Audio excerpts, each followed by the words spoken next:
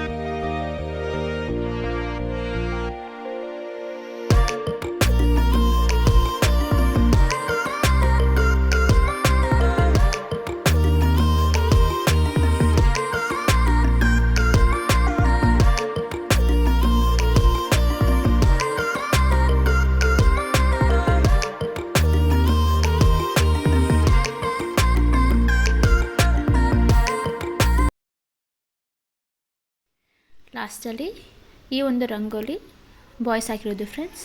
ಹೇಗಿದೆ ಅಂತ ಕಮೆಂಟ್ ಮಾಡಿ. Thank you for watching.